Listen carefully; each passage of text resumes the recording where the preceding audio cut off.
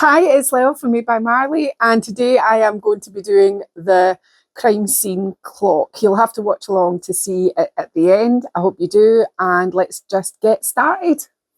Okay, so let's talk about the crime scene clock. This was a clock that I originally painted orange. It was orange for quite some time, and then I decoupaged it to show our decoupage on one of the releases. The clock never actually ever worked. It was just purely just to show the decoupage paper, but it's been kicking about for such a long time, and it's such a lovely clock. So what I did this morning was I got my hand to sand it off, and now it looks like the total crime scene that it is. He's also taken the face out because he's going to try and put it back in so that it can be a battery operated clock.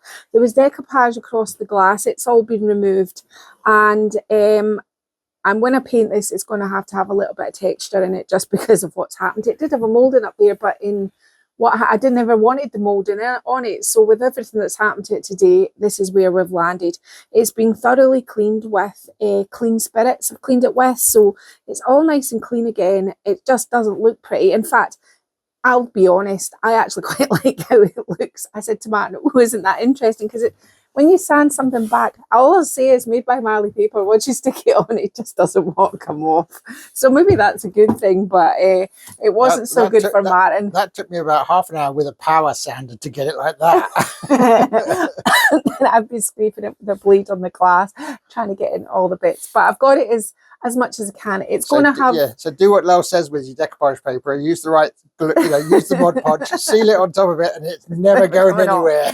So the first thing I'm going to do with it is I'm actually going to I've cast some molds, but I'm going to just do one on camera for you, and then we'll get to gluing these molds on. And I'm just going to kind of build it up. I haven't got a huge amount of plan. I just know I want it to be whimsical. I haven't hit Martin with this yet, but I do have some kind of bird that I would like to incorporate into this. I'll discuss that with him off camera, then you won't hear his reaction. There might not be a bird. I like the way you slip that into there. I'd like a bird, but there might not be a bird. Anyway, I'll tell you later whether the bird's coming or not. Right, so I'm just going to sit this down for a minute. I'll just pop it down on the floor, and for those that have never seen a mould done before, these are the moulds I've used so far.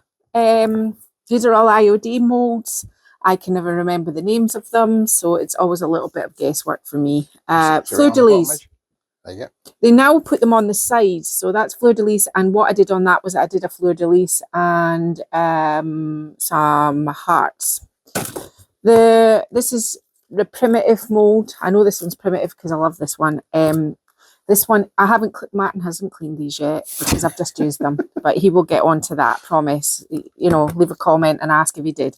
What did I do on this one? I don't think I took very much. I took a few of these flowers, and I think that was it. Oh, and some stars. That's it. I took this toadstool and this little toadstool. Keys, I took this one and this one. Don't know why I took them, just wasn't sure. And is this acanthus scroll? Yes, it is. I took these two of acanthus scroll, and I'm just about to do He Loves Me. Right, okay, he might not love me after the bird, but we're working on that. So what you need before you do any of these is you need to have a release agent. I'm using cornflower. It's the same cornflower I think I've been using for the last 3 years. It's in every video. It never dies. It's got about that much left. Oh, so dear, it's going to need more soon. So 3 years. I was watching a YouTube video the other day of a woman who kept her cornflower in a little posh little container, and I was laughing at myself, and I thought, I really need to up my game. I mean, that looks terrible. Now I want some flowers, but I don't want them too big, or do I want them big? I'm not sure. Let's dust in here, these three here. Now the thing about the release agent is you don't want to have it too heavy, because that will hamper the definition of the mold. So give them a good dusting. I use Das clay because it's just the best clay for the job. Now, pop that. Oh, you don't want to be doing that. So start again, because you don't want it to lift. Take off your excess first, like this. Let's just see if we can put this one in here. And iodine molds have got a micro rim, so it makes it a little bit easier. Right, that one on there. And let's just do, what you need to do with the molds is you need to have a piece of clay that's the size of the mold. Sometimes I'm cheeky and you add more in, but it's going to hamper how it comes out at the end if you just don't have enough and you add bits in, and it's more likely to break round about there. Now, normally I have my trusty scraper, but my trusty scraper, unfortunately, is in the washing, so I'm just going to use this one instead. This is a clay scraper, it's a metal one, but it's as long as you're not being too rough with it, it should be fine. Always scrape towards you, then it stops it lifting in the mould and it stops preventing any definition problems. Right, okay, across there like that. Put it down and just like gravity, pull it out. One, and oh, that one there's just fallen out, and the last one there. So that's us got those. So let's go back to our cloth again. Pop these down on the floor because we don't longer need these, and Martin's obviously got to clean them. So I maybe won't get him to clean them because there is the problem with the bird still. I'm going to start, I'll move this along but don't sit it on my molds. I'm going to start round the clock face, so you're looking at it this way. It's just that my table's not huge for crafts. Why am I doing this today? Well, I think you all know I've got an autoimmune problem, and I've got a bad knee at the same time, and I've had a bit of a sort of chronic pain flare up, so I'm just kind of doing the best I can. This wasn't supposed to be the video for today. In fact, the video for today is sitting behind us. It got half done, but all the up and down and on my knees. Yesterday I ended up having to go to bed to weave. I've been weaving like crazy. So for those that aren't channel members and you're just today members, Sunday members, Sunday channel watchers, I weave in my spare time. I taught myself to weave just before Christmas, and now I'm a weaving fool. It's one of Lel's clean crafts. It's my Martin always laughs. It's my clean craft. So I'm going to apply that mold there. I'm not going to be too pushy with it, but I do want it to be up and round this sort of here. So, you know, you have to kind of be a wee bit kind of pushy, but don't push too much because of the definition. So that one's going there. Now I need to find the same on the opposite side, which is this one. I think everybody, if you've never seen me do anything with molds and you're interested and you've never done molds and you're wanting to get into molds, I say this all the time, but I have my best, most watched, I think it's at 50, 60k video, which is called the Molds 101, and I will get Martin to pop it up above so that you can watch that if you're thinking. If you haven't seen it, then it is basically everything you could possibly want to know about molds. And it's all about clay molds. I don't really go into resin much, not because I do use resin, but I use resin when I'm in a hurry or I'm doing a live quite often. Why do I not choose resin all of the time? I simply don't choose resin all the time because A, it's not environmentally friendly, and B, resin's quite expensive, and you can get it to bend and do what I've just done. You can heat it up with a heat tool and things like that, but then you're heating up resin, and I just think maybe that's not so good for us. So I prefer clay. I think you can layer clay molds as long as they're dry, and I'm going to be quite cheeky today, and normally I say I want to paint it when it's completely dry, but I will not have the time for that. What are you doing with that brush there, love? Oh, Martin, sorry. What I'm doing there is I'm doing the cleanup. See, I've said to Martin to ask me questions if I'm not showing you the right thing. So that's me just cleaning it up, because you don't want too much build up around your mold. You want to make it nice and tidy. It's a wet brush. Stick it back in the water. Right, so that just make sure the edges are properly adhered. Yeah. Yes, you're quite correct. Do you know, Martin, you're invaluable. Yeah. I feel I'm buttering you up because we'll have to discuss the bird in a minute. He's sitting there on the table like a spectre at the feast. Right, okay. Why am I applying it? How am I applying the glue to every single edge? That stops it pulling back up, but it also prevents some shrinkage. Now there's a wee crack in that there, and I think that's because I put it in two halves, and that's what I'm saying to you about, you know, don't do things like that, because you end up with things like that. But that is not going to be seen because it's going to bend around there. I'm going to have to maybe poke that a little bit with my finger. Right, there we go. And the other one. Now, I am going to go on and I'm going to stick the rest of these molds on the clock. My kind of basic position is just to kind of, you know, I'm just kind of making it, I'm looking for a sort of whimsical look. So I want some moulds on it that's going to give it that sort of appearance. Make sure there's glue everywhere in there. With me, half the trouble is trying to get it where I put the other one. Should we say that's roughly right, Matt? Yeah. Oh, well, I'm going for it anyway. Yeah, it looks right from my perspective. Oh, well, that's good. Right, okay. So what else have I got here? I've got some hearts. So let's just smooth out the edges of these. I don't want to be labouring on this too long, but I'm going... I can just film it and speed it up if you want. There, Martin will film it and speed it up, and then you'll get to see the positioning. Quite like that. Some stars, would they fit there? Probably not, but they will fit in here. And this is what I'm saying about the layering that you can do with clay moulds that you can't do with resin, because I can have this slightly on the acanthus scroll. See, slightly on there? That won't do any harm. Now, we'll come back and do clean up. I'm just trying to... So I'll get on and do this, okay?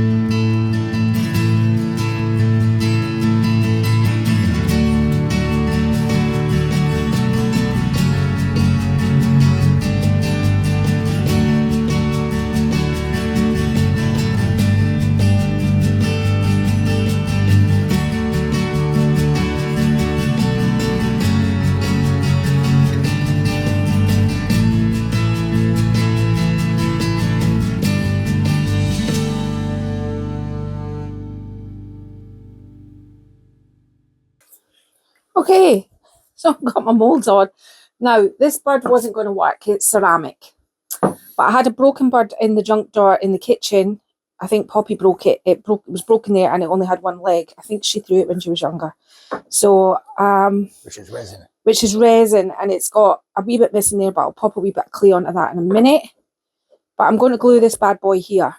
Now, there's enough surface area for me to glue this on with it did have a bottom half of its body. Yeah. I was just happy cutting it all off. Well, it only had one leg, Martin. Its other leg was missing and it was broken. I'm just explaining how it... Oh, how it ended up... Yeah. Like that. Well, you can show them the other part if you want. It's all right. So, it's got enough surface area, I think, to be able to glue this with this first. So, it's a 2-part resin. So, just get my general sort of where I'd like it to go and then pop that down. Hold it for a minute, and then I'm going to put a little bit of clay around it just to anchor it in and keep him a wee bit safer. So he's there. So already I think it's looking quite whimsical. I'm I'm wondering whether I'll get a... What kind of mould will I get? I know, I've also stuck my DAS in the glue. I've got this tiny little... it's for fondant. It's not a furniture mould particularly. Well, it's tiny. But I think, see this one here? So let's just get a dusty brush and put a release agent in it. I've never used it, you know.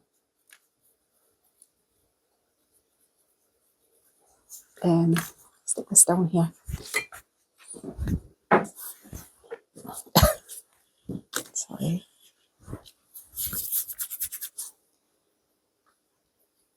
No, you're not going to need much for this. I felt like a Bond villain when Martin brought it back in and I sat it on the top of the clock. I went, It was a bit more Bond villain-esque than that. It was more like, yeah, I suppose it was.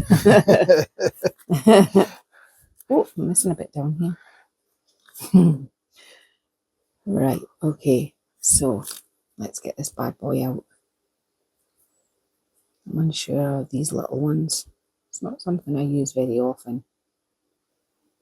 Just gently coax it out. Gently, gently, gently. Flip it round. The glue. Now I'm getting glue on just about every brush I own. Again, I just have to kind of treat these little ones, these little fondant ones, a little bit more gently, but just as long as you get the glue right to the edge, because remember, this is an anchor. It's not really for decorative sort of purposes. It's to anchor my wee bird on. There. Let's flip this round.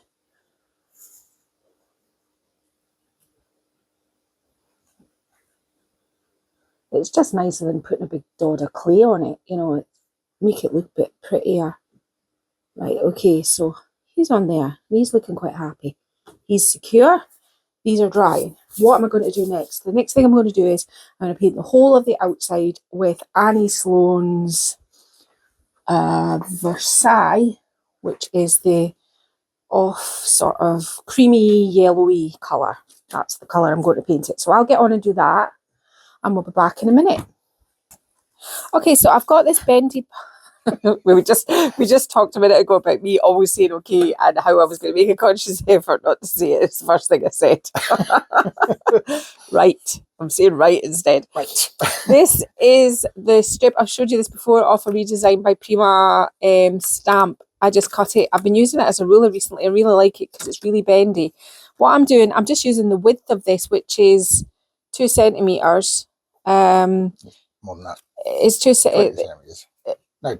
It's 2 centimetres. 2 centimetres, yes. Yeah. 2. See, my apologies. It's okay. I know what I'm talking about here. Yeah. 2 centimetres, and I'm just making it into squares like this. Yeah, because I want to make this checkered, so we're kind of going for the whimsical look. Now it's easier to do it with this kind of thing, but what happens when you get to molds? Well, it's just almost sort of guesswork. You're just kind of working it out just the best you can, really. I come around this side. It's just to kind of keep it reasonably straight. You know what I'm like. I'm not thinking this is your life's work. So I'm going to be doing checks here. And on, I might do, let me see, I could do 1 centimetre width on down here, which is not quite 1 centimetre. So I'm just going to draw another wee line down here, right up to this little toadstool mould. And I'll just do the same thing here, but I'll do it 1. It's awkward because there's molds, but and what I'm going to do is I'm going to paint all this in black and white checks, and that will give us a little bit of excitement. well, will it? I don't know. I might not be excited. Very exciting. I might not get excited at the end of it all, but sorry, there's light shining on. So you get the gist. I'm not going to keep boring you with this. Is that better? It wasn't you, Matty. I don't know what it was. It was just the way the lights were shining on it. And kind of guess there again. So just kind of do something like that. Right, so that's black and white checks. Let's just draw a line on that because we're not going to do, we'll do the up here a different colour. So I think I'll do my black and white checks first. How am I going to do that? Obviously, I'm going to need a script brush, which, oh, can I just say, see the second coat of this? I put some tile, just ordinary tile grout in it just to thicken it up because I've got all this texture of how rotten it looked in the first place. So I'm just using that to my advantage. So I just popped some more texture into my second coat. I didn't do it on my first coat, but I did it on my second coat. I'll just get some black. Actually, no, I won't get black. I don't know where my black paint is right now. Just hold the bus while I'll be back in a minute. Okay, so I put a little bit of chalk paint in here just so it's easy to manoeuvre and I'm not walking around with a big palette. I just want to put a little bit of water in it because the water obviously, and I say this all the time, will help your chalk paint flow nicer. You might have to keep water in it as you go. I can see that's a wee bit thick. You don't want it so thin that it's running everywhere either, so there's a kind of happy medium. And just kind of, so I'll start, so we're saying this one here is black. I am just going to very tidily now, remember this is textured, paint this in. And it's going to take me a hot minute. Now, why am I choosing to do this today and not crawling around the floor? Well, to be honest with you, I want to talk a little bit about, and this is a wee bit sherry, but I think that there's a lot of people out there that suffer from this. Chronic pain. Pain is pain. Doesn't matter whether you can see it or not. If you're in pain, I was told this by my consultant, pain is pain, and it's terrible if you have a chronic pain condition and you just, there's some days that you just think, I just can't do this today. Now, you've got things to remember. As far as I'm concerned, if you slow down and do what you can, you'll do more in a week than you'll imagine. But if you try and do it all at once and you rush and you've got add more jobs on, all that's going to do is affect your pain, and it's just going to make it worse. I've had to learn the hard way, and one of the ways I do it is when I'm in pain is I do things like this where I can sit down and I don't have to worry about it. It hurts my hands less doing things like this too, and my back and everything else. And chronic pain is very real. I went to a chronic pain clinic. I went for a year. It was to help manage my pain. I don't know if they have things like this in other countries. I know in Australia they do, because my consultant who runs the chronic pain clinic, he had actually been in Australia developing. The Australian government had said, look, there's a lot of people off with pain. They're not working. What can we do about pain? How can we get people back to work? And he was over kind of founding that sort of program, which is quite interesting. So he was over it. Now you can scan somebody in huge amounts of pain. The thing I saw was we had to look at like scans, and one of them was an 80-year-old woman, and one of them was a young man. The 80-year-old woman didn't have any pain, but her scans weren't amazing, but she didn't have any pain. The young guy, he had chronic pain, really bad. He'd been in an accident and he was left with chronic pain. His scans looked perfect. So it's difficult to measure pain as well. When I say to Martin, I'm in pain today, I mean, it's hard for your loved ones to understand, because they see you walking around and doing things, and if you're not talking about your pain, then they presume that you're actually okay. So I think having a good partner who you can say, I said to Martin this morning, and we'd been filming the other piece yesterday, and I said to him, Martin, I was really thinking that maybe I should just do something different today because of my pain. And he instantly went, okay, that's what we'll do. I think having somebody you can share your pain with is really, really good. Pain medication. I think it's one of those situations where you can become quite addicted to it, and then after a while, if you don't have any drug reviews, you've been on the medicine for such a long time, it stops doing its job. It's no longer worthy. So you have going to regular appointments about your pain as well is something good. But let's bring it all back to how I feel about it. One of the reasons I think that I get on okay with my chronic pain, and people don't actually know I've got it, is because I do art. I've always done it. I've always done creative things. And when I'm doing something like this, to be honest with you right now, I'm not actually thinking about my pain. Well, actually, I'm thinking about talking to you guys and painting this clock as tidily as I can. And I keep going out the lines because I'm too busy focusing on other things. But my point is, and what I'm trying to say about it is creativity. And it's what I bring everything back to. because creativity builds resilience, and resilience can help you with your chronic pain.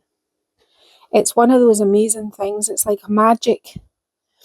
Okay, once you stop and you sit down with a coffee, it's back again. But for that time that you were doing it, it's also, I mean, that's one of the ones that I always say about, if you're feeling down or blue, go and do something creative, because yeah, your problems are still there, but that gives you time to think of your solutions, not wallow. Solution focused is obviously quite good. So Can I say something? I think, as an observer yeah, of this, what I sort of see in terms of what you do, that's a terrible is thing. Well, yeah, I mean, it is a terrible thing, and God bless you, but I think it's that thing of when you're in pain, it's all you think about. Yeah. But doing something like this, where with a paintbrush in your hand and you're creating something beautiful, Yeah. You've got something to look at. That's what you're thinking about. You're not thinking about your pain. So no. You might still be in pain, but you're not thinking about it. You're not noticing it as much.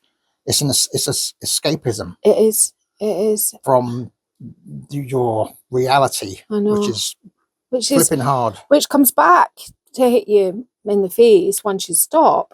I'm not saying it cures chronic pain. Nothing does, but it does help. I think creative projects do help, and I think that there's so many people that I talk to that have chronic pain.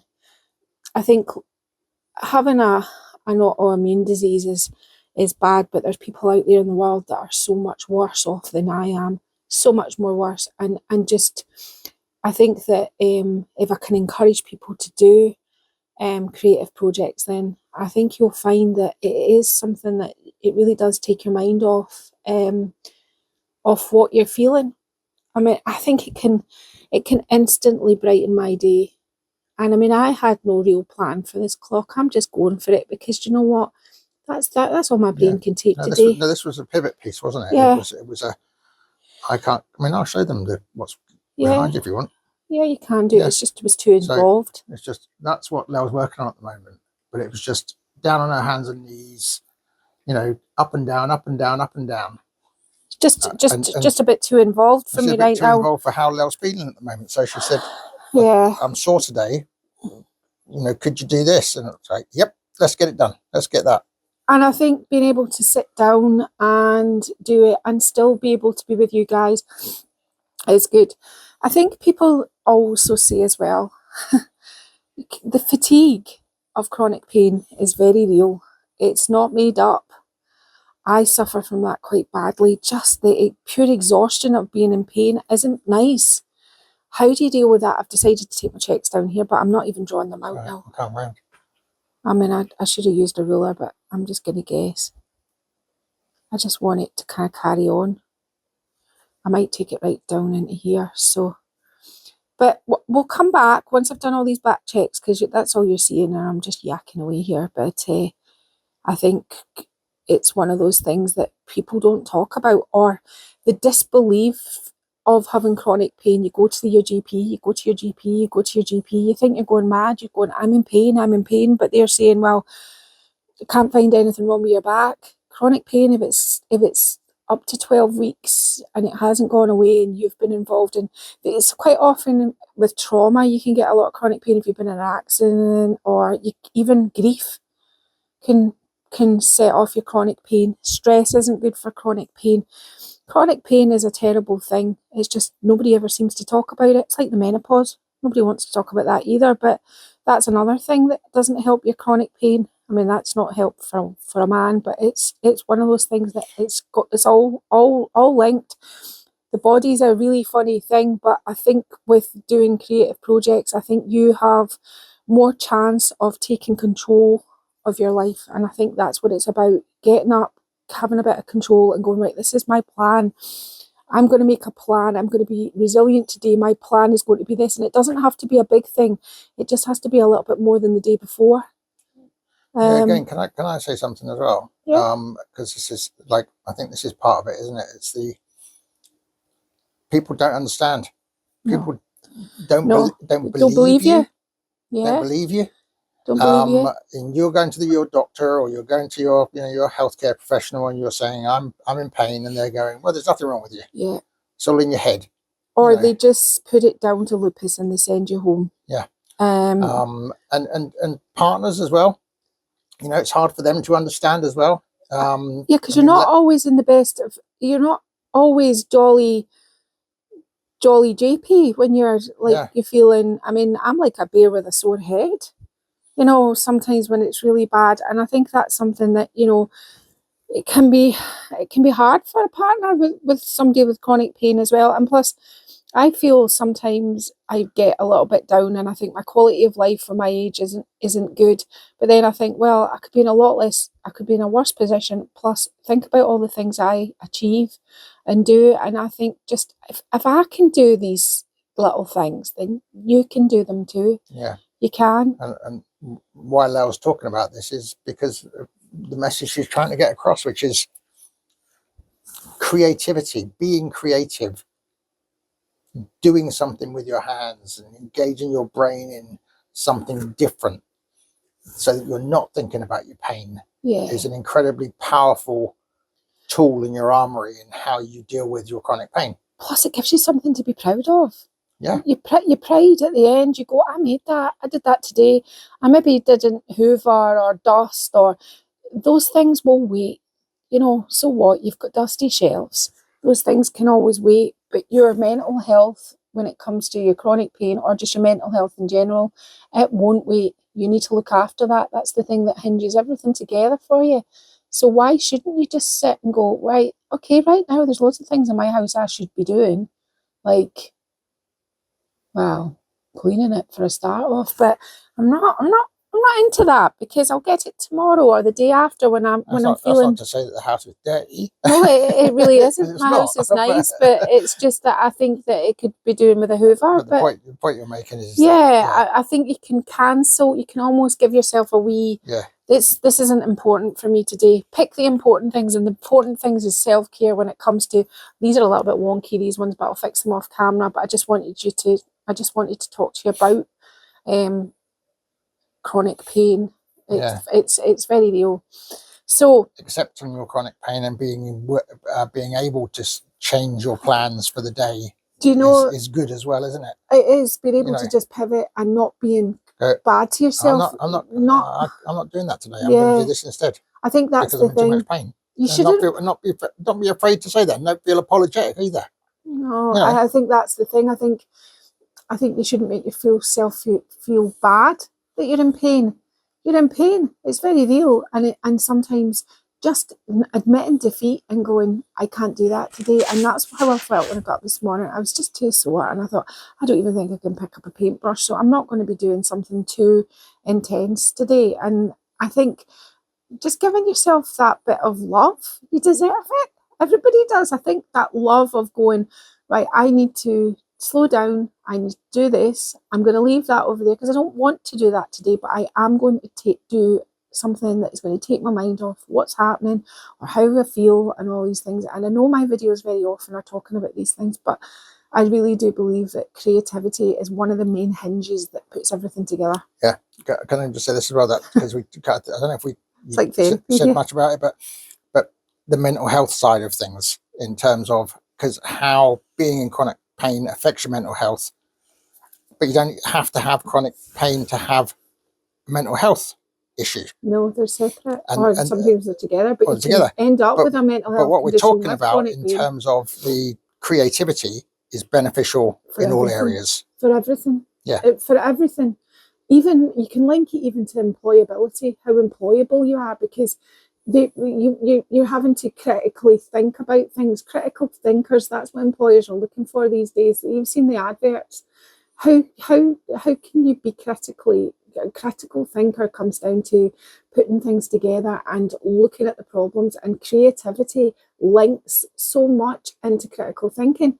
Why are we not doing more? Why are we not educating more? Why is it that there's less uptake in my children's school? They're 17, they're just about to leave. Do you know that I've got two really creative children, one who's taken up to advanced level, the other one is very creative, but he hasn't taken it at all because it's so prescribed that you don't actually get to experience creativity because it's so prescribed in what you're actually being given in schools and education. When I've said this before, I mean, I'm going on and on here, but in lockdown, we didn't all decide that, we were going to do maths. What we did was we did home improvements. We started to bake. We created pictures. I created Made by Marley. I mean, we went and we used our creativity skills. They were the things that saw us through. And I was hoping at the end of COVID that maybe some of these things would continue, but they didn't. They didn't, and they didn't manage to join up the dots and how, creativity is so important. But anyway, this is all in today. Deep today, getting a bit deep. Don't worry, we'll come back later and I'll do something and Mark can stand in the paint and we can all laugh. Right, I'll be back once I've done my black and white checks. So I've got some Annie Sloan Primer Red, which is this colour here on the mix mat. And I've got green colour now. I have no idea what's all gone into this now. It was a leftover, I think, Giverny with some Florence in it, and I added some Capability Green, so it's this sort of minty green colour. It's quite a nice colour, so I thought I'd use that. That's a sort of kind of, now it's so heavily textured that I'm still going to continue with the texture because there's no point, doing anything other than that. Now, because I'm going to be gold leafing my moulds or painting my moulds gold, which are either or, you can go slightly up onto the edge of those. I wouldn't worry too much about it. My paint. There's a wee bit there in that mould that I haven't painted. How terrible. So I'm going to do this whole face, this square here in this primer red. Because I thought that would go nice with this sort of whimsical look with the black. And I'm going to use the minty green to go round this edge, but I'll do a little bit more of this first and then I'll show you what the green looks like beside it. Just do this quickly and then put some texture into it as I go. Remember, if you've got things like that, remember the lip. I might need a smaller brush to get in there and in here, I think. That way where you always go, oh, I'll probably fit my paintbrush in there, and you're not going to be able to, but you do it anyway because you think, I will can, but yeah. It's one of those situations, see, I'm doing it anyway. Right, so you've got an idea of how this is going to look, this red. And the green, let me just get a brush. This one here will be fine. It's just going to be this colour here, this sort of minty green. Now don't worry that this all looks a little bit untidy. It's going to be sanded and distressed. And I think I might put a little bit of shading in this green as well, so we'll get a base coat on and I'll come back and we'll kind of shade off the edges of this green as well, just to give it a little bit more dimension so it's not sitting quite flat. I don't think I'll want that, and I'll have to come down onto this edge when the paint's dry. So I'll do this and this. This bottom edge here is going to be the red as well. Just this edge here all the way around. And this bottom part here is going to be green. So the next time you see it, most of this sort of red and green parts are going to be done. Okay, so I've done the basics. It's not looking at 100% is best yet. And what I'm going to do next is I'm going to start sanding some of it back to age it. Then I'm going to use paint to age round in the clock and some of the blue. But what am I using to sand it? It's 600 grit. So it's got a bit of tooth on it, but it's quite gentle because remember we put all of that base coat on and we put a layer with the tile grout in it. So it's got, layers enough that we can sand it. So I just want to kind of age it up a bit. So I'm just going to really kind of gently, I mean, we're not doing the whole clock, just, kind of like, I thought with the red I would do this, and I thought I would take some of the edges away from here and just, start to age it. This process maybe took a wee bit of time. It's not a hit and miss thing when people do sanding. Like, sometimes you see people getting an orbital sander, especially with furniture, and just going around the edges. That's not really how things age, and if you want them to look old and faded, you have to pick particular parts. Now I'm being quite brutal with this. I'm kind of going all over it, and one of the reasons I'm doing that is I'm knocking back some of this texture. Don't be alarmed at the colours that you're going to reveal, because the thing is, when you give this a wipe with a damp cloth, you won't see any of that. But it's just good to give things a little bit of an age, I think. And I think as well, you know, I'm not wanting this all kind of like swanky new. So let's just do a bit more of this. Put my glasses back on so I can actually see what's happening. Now my moulds are still quite damp, so I'm trying to avoid them. Oh, Martin, you've got a phone call. I'll be back in a minute once I've sanded. It'll be Daisy Wanting the left. Okay, well, I'll keep sanding and then we'll be back. Okay, so what I've given it a right good sand. I want it to look quite aged, so I've sanded quite a lot of it away, and that's what I mean about sanding. Be intentional. You're either sanding or you're not sanding, I always think, you know. And on here, I've got a little bit of brown and I've got a little bit of my colour, that's my green colour. And what I'm going to do is I'm going to start giving this a little bit of depth by putting it in round the edges on the blue. We'll be doing a different colour on the red. And what I'm doing now is I'm just kind of aging it now. Some of it's a bit counterintuitive, counterproductive, because you've already sanded some of the edges, but now you kind of come along and put a different sort of kind of tone in it, but it'll give it a little bit more depth, and that's really what you want. Character. I'm not going to do that on there. Focus on the blue right now. Also, it's going to tidy up some of my edges there. I'm not going to get rid of that bit that's sanded. And I always think a finger's really the best thing for doing this job, because you can rub it and manipulate it the way you want. Don't want too much, but you can see it's already starting to grunge it up. It's starting, if you think you've put too much on, just come back with your blue paint again and just put it over the top of it so that it's not too dark. Now, I'm going to do this on the blue, but on the red, I'm going to take the same colour, but I'm going to add a little bit of black. So it's the primer red with a little bit of black in it. And I'm going to do exactly the same thing. I'm going to go around my moulds, just giving those a little bit of depth and run with my finger in there. If you feel your paint's not running and it's not doing what you want to do, just add a little bit of water. You getting that, Martin? I'm in an awkward place. Yeah, I'm right above you. Okay. All this will do is just bring out your moulds, because the moulds are going to be gold. So having this dark shade in it, and I can tell this needs a little bit of water.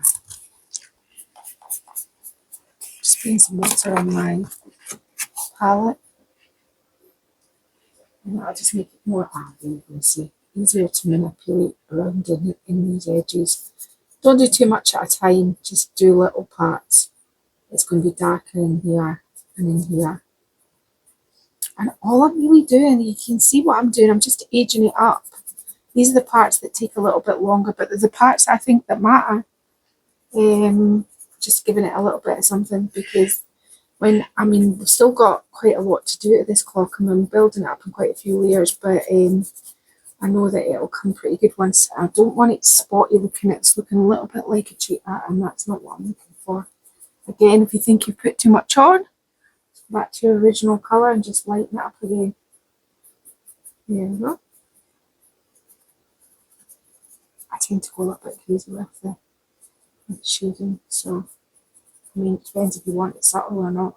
I'm not really subtle. Right, okay, so that's what I'm going to do with these. I'm not going to do anything with this, right, the black and white right now. What I'm going to do, when I sanded this, the dust went into my paint, and I've never really had that happen. I mean, you don't really often do that. I think it maybe wasn't dry enough before I sanded it. I'm not bothered. What I'm going to do next is I'm going to seal this piece, because I want to put transfers and things on it. And the thing about it is it's very dusty right now from where all the sanding's been. So I'm going to get all the shading. The sides have still got to be done as well. I'm going to get the shading all done on the piece, and then what we'll do is we'll put the sealer on it, let it dry, and I'll come back and put transfer on. That's the thing. Okay, so I want to put. I said okay again. I want to put some. You can't help it. It's your Nah, signature. I want to put some florals on this. Okay. He's making fun of me. He's making fun of my Scottish accent. Right, I've got bits and pieces of transfers, just stuff I have here. I did subtitles. I know how many times I see that word. Do you not cut it out? I've not got any words. I've no words. Anyway, transfers. Anyway, I've got some transfers here. I'm just gonna apply them onto the clock. I want it to be really florally and sort of different. There's a shocker. Now, I think I'll put my first lot. See if I can put some along here. It's got the rough sort of size. Just clip that there and let's just hope for the best. See, I'm just snip happy today.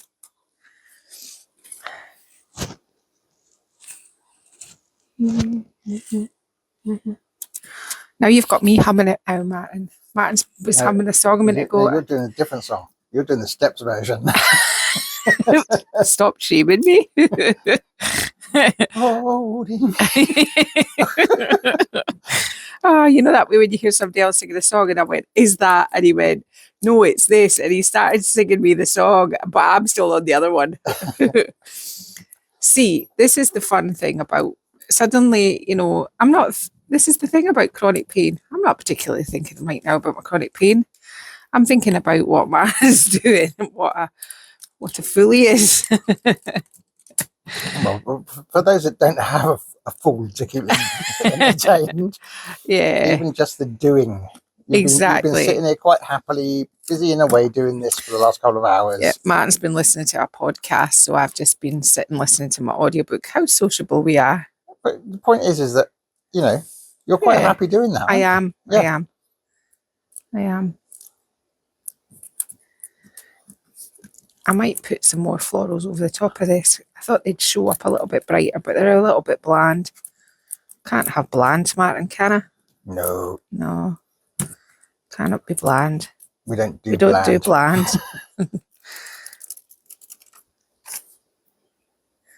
I don't think I can point to a single one of your videos the way we could say it's a bit bland, isn't it? Yes. Could have done with a bit more zhuzh, a bit more colour, a bit more everything. A bit more everything. I'm not sure about this big rose. I really want it to look a little bit kind of like quirky. I mean, I think I'm just about losing my mind here, but I think I might put that up in here. That's not bland. That's a statement, isn't it, Matty? If I can fit it in. I think I might be able to fit it in round the floor. Now, remember, if you're doing this when your moulds are wet, this is why I don't very often do things like this when moulds are wet, because you have to be really careful with your moulds, you know, and that you're not poking them with a transfer stick. Ooh. That was me just going off the step. I forgot there was a little step down on this. Now, just try and get the edge of this rose. Now, the moulds are going to be gold, so I just want that off of there, down into this. Just have this coming down onto here. I kind of wish I hadn't put those flowers on there now. I'm going for a much bougier statement. And you can use whatever you want. I mean, at this stage, if you're doing something like this and it's a sort of whimsical look, really there's any sort of mixed media kind of thing will do. Now I've sealed this so that it'll be easy to release. The thing is, this leaf isn't going to go anywhere because it can't go up onto my mould on the bird there, so I think we're just going to have to admit that.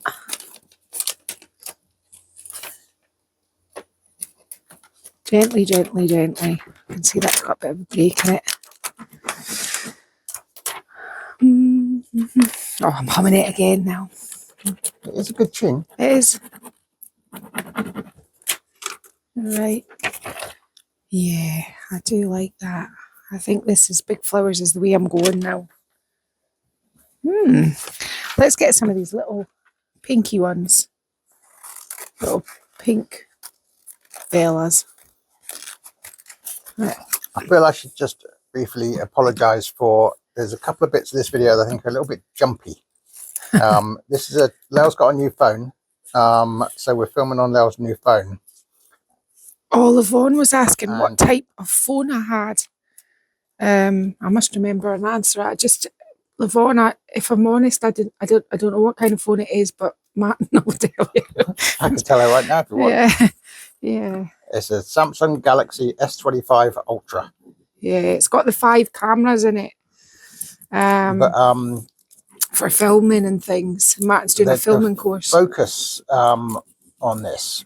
It's quite good at the autofocus, but there's a wee bit of a jumpy thing. Just here where it'll maybe focus on Lel's hand instead of what's underneath, and then all of a sudden it jumps back to the other thing, and there's like a noticeable jump. What I see anyway. So if I'm getting better at making adjustments for it. You probably don't even notice. Only Martin thinks about things like this, but it's still a part of principle, Martin, isn't it? It is, yes. So I'm sorry if there's been a couple of jumpy bits. I will try to minimise them. Yeah, you don't want jumpy bits. That's not going to fit in there. I think you understand what I'm going to do now. I'm just going to cover this bad boy in some nice florals anywhere I feel like it's necessary. I'm trying to work out whether I'm going to make Martin hover to film this, or whether you know what it's like. Oh, I don't mind hovering. Are you going to hover? Okay, hover away.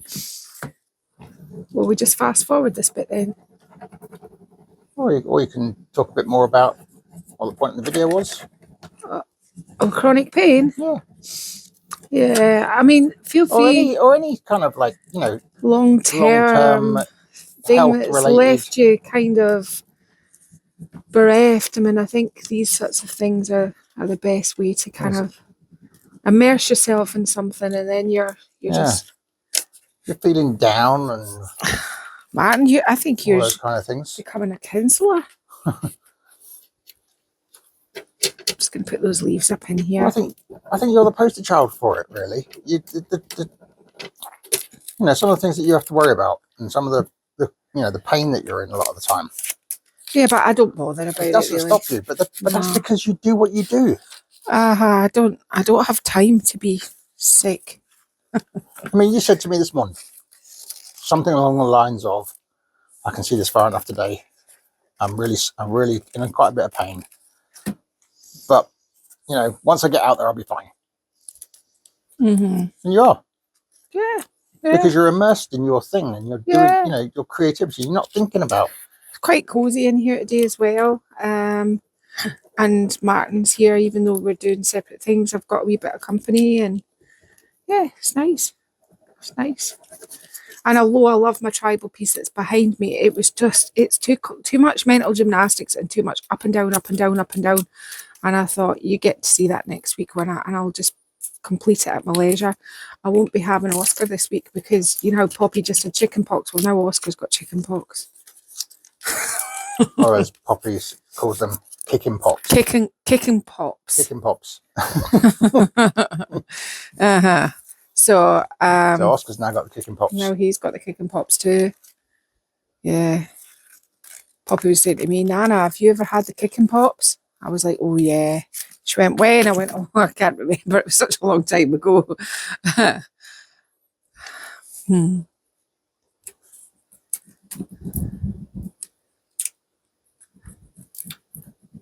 I don't really want them going into those dots because I'm going to put a black spot in that detail. So I'm just gonna. You can see what I'm doing. I mean, I'm pondering, Martin, that they don't need to see this part. Okay. But just they've seen me botch transfers up many videos. Lel's house of botch transfers. Yeah. If you are wanting a good transfer video, I'll get Martin to pop one up there. I've got many of them. In fact, you can take the pick, but I'll get him to stick one up above somewhere, wherever he puts them. Okay, I'll just get on with doing this, and I won't film doing this because it's a little bit dull. Okay, so what I've got in here is a little bit of mica, which was red gold. So it's this sort of really dark, sort of rich gold. and a little bit of my top coat sealer, a little bit of French Chic top coat in here, and I'm just painting this onto my moulds. I'm going to do all my moulds this colour. I think once I've done this, I'm going to do my sides. So I'm just wanting you to kind of keep up with what I'm doing. So I'll get on and I'll do it all I'm also going to do my wee birdie gold as well, but not the mould that's around him. So he's going to get a bit of a glow up too. Okay. And you've done these transfers as well? I did this transfer, yeah. Didn't put too many on it. I want to put a sort of harlequin stencil on the side. I'm not happy with this transfer here. I don't really like it. Now I've got some whites in here. I need to bring some whites into the clock, but I'll do that in a minute. And maybe some pinks too, so it all pulls together. But I'm liking it so far. Okay, what have you missed? I'm just putting these diamonds on here, which are on the same on the other side. I dulled down the gold with a little bit of black because it was just a little bit too in your face. And now to do the side diamonds, I've just got the harlequin stencil. Well, they're just triangles really, because it's not the full diamond. And I'm just roughly putting this into, working my way down. Now this is a wee bit awkward. Maybe I should have hand painted these, but I wanted this sort of half there, half not there look about them. So I'll show you how these look. So when I did that, I just went round them with white liner. So there's nothing too complicated. I'm still not sure about the white liner. I went and put them across there because I didn't like those flowers. It's kind of coming together. What I'm going to do next is I'm going to take the harlequin stencil and I'll lean it up onto the side. Get this slightly hanging over. And I am going to harlequin the sides.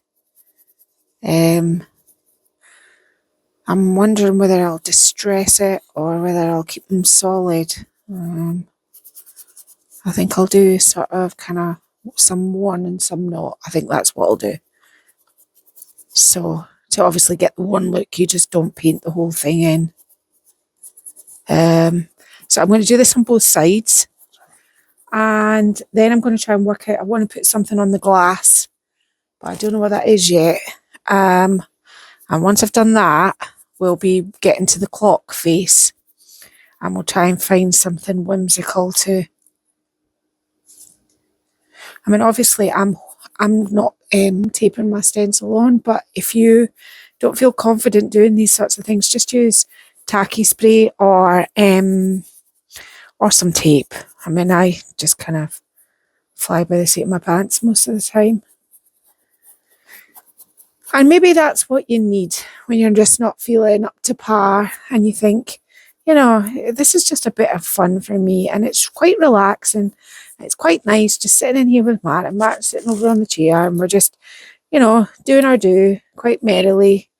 And that's been quite nice for me today too. So I think I'm quite happy to do that actually. Yeah, well, something you just said there as well. Yeah. I guess going back to what we've been talking about throughout the video. One of the lessons that you constantly teach in your videos is this concept of don't be too perfect about things. No, it just steals your fun. Steals your fun. Yeah, exactly. It takes everything away from it. And you know what? You only get one shot at this life. And if you're going to spend so much time worrying about it, whether it's straight or whether at the end of the day when you've done something that you like, whether other people will like, if you like it, we've been through this, other people will like it. I wouldn't spend too much time overthinking it. I sometimes have to overplan. I mean, I'm an overplanner when it comes to things like this. I sometimes, when it's my actual Sunday videos, I'm thinking 3 or 4 weeks in advance for things and I'm writing notes and gathering information. But you don't have to do that because when it's just me coming out here to do something, this is the result. No planning, just thinking, right, well, I've got an old clock. It's had many lives. Let's give it its last life and then let's put it, this will be for sale at the end. I'll just give a shameless plug. So if anybody wants it, just get in touch with me by Marley. It will be working, functionable, hopefully. I think I'm going to be a little bit off to this bottom part here. I'm going to have to reposition my strand, but you can see how that's going to look. That looks pretty awesome now. I'm kind of liking that. I've got a smaller one of these somewhere. I might see if I can do something down this green side here, or paint this back in green and put it along there. I think that might, or paint that part cream so that it's a nod to this part here. Decisions. I know, sometimes you just have to kind of fix things. If your stencil, you get to a place and your stencil's hanging off at this end, what I tend to do is reposition it. Now it's not going to be quite right here, so just reposition it and then I'll get it there and thereabouts. Hold it and then shimmy it over and just bend it into the position. I think repositioning things is a good way to do it. It's going to bounce a little bit. It's just where it's at, but I'm liking the look. I'm liking how it all looks from the sides now. It's looking pretty cool. I ran some gold, some of that gold around the edges, which I will do here in a minute. But it's coming together. It's nearly finished.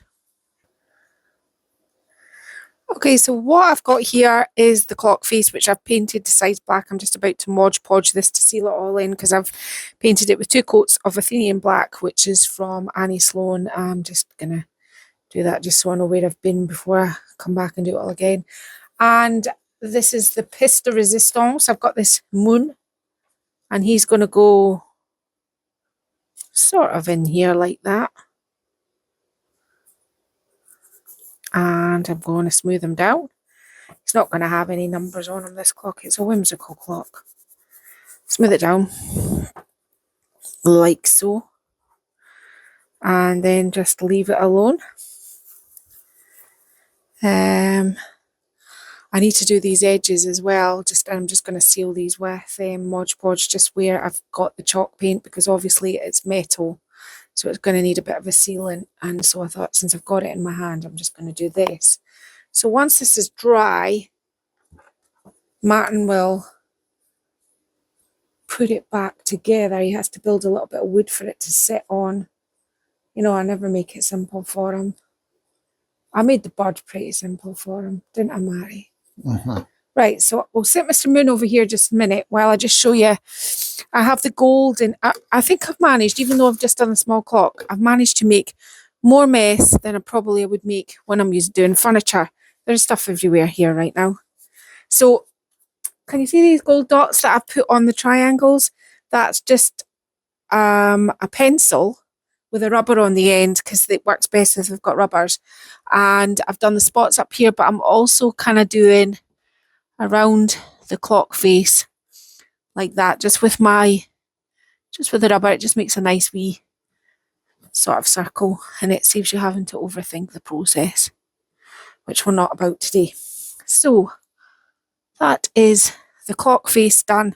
I still have to do this part here, which I'm just going to get the small Harlequin stencil. Martin's going to put the face in, and I'm creeping very close to nearly being done. I just need to seal it all again. But I think when the face goes in, it's going to look really funky and whimsical. I've been wanting to use that face for absolutely ages. I'm not going to lie. Right, okay, back in a minute. Okay, it's finished.